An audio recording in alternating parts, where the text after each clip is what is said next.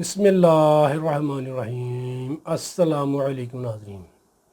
ناظرین حکیم شاہد اقبال آپ کی خدمت حاضر ہے کہ بہت ہی زبردست عظمودہ نسخے کے ساتھ بہت آسان سا نسخہ ہے جو میں آپ کو آج بتانے لگا ہوں۔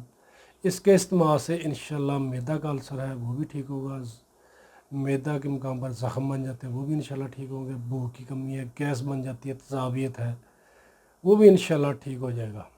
اس نسخہ کو لازمی بنا کر استعمال کریں۔ اگر موٹاپا کا مسئلہ ہے وہ بھی انشاءاللہ اس نسخہ کے استعمال سے کور ہو جائے گا، یعنی کہ ٹھیک ہو جائے گا۔ کرنا کچھ یوں ہے کہ ناظرین کرام آپ نے لینی ہے سونف، چائے والی 1 چمچ سونف رات کو 1 گلاس پانی میں بھگو دیں۔ دوسرے دن صبح آپ نے خالی معدہ اس سونف کو ہلکی آنچ پر پکانا ہے اور 10-15 منٹ پکانے کے بعد پانی کو چھان لیں، یعنی کہ پون لیں۔ اگر آپ کا دل مانتا ہے تو سونف کو بھی پانی سے نکال کر چبا کر اچھے طریقے سے اوپر سے یہ پانی پی لیں۔ اگر نہیں دل کرتا پھر اکیلا ہی پانی یہ پی لیں، اور پانی میں آپ 2 چمچ شہد مکس کر لیا کریں۔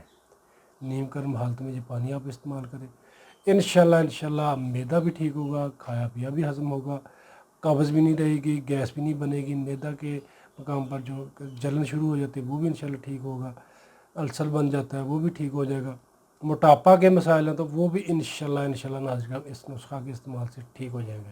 اس نسخہ کو معمولی مت سمجھیے گا، اس کو لازمی استعمال کریں، انشاءاللہ آپ کو بہت ہی اچھا رزلٹ ملے گا۔ شکریہ۔ تو ناظرین کرام 5 وقت کی نماز پابندی کے ساتھ پڑھا کریں، توبہ استغفار کیا کریں، انشاءاللہ اللہ پاک زندگی میں بھی آپ کے لیے آسانی پیدا کریں گے اور آخرت میں بھی۔ کھانا کھانے سے گھنٹہ پہلے پانی پی کریں یا گھنٹہ بعد میں پیا کریں۔ صبح شام جتنی آسانی کے ساتھ واک کر سکتے ہیں واک ضرور کیا کریں، دن میں کم از کم 20 سے 25 گلاس تازہ یا نیم گرم پانی استعمال کریں، انشاءاللہ اللہ پاک آپ کو شفا دیں گے۔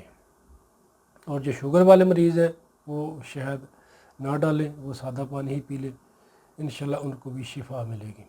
شکریہ ناظرین۔ ویڈیو اگر اچھی لگے تو اس کو اپنے شیئر ضرور کرنا ہے، اور ہمارے فیس بک پیج کو لازمی لائک کر لیں، ہمارے یوٹیوب چینل کو لازمی سبسکرائب کر لیں تاکہ سب سے پہلے آنے والی ویڈیوز آپ کو ہماری ملتی رہیں۔ دعاؤں میں یاد رکھیے گا۔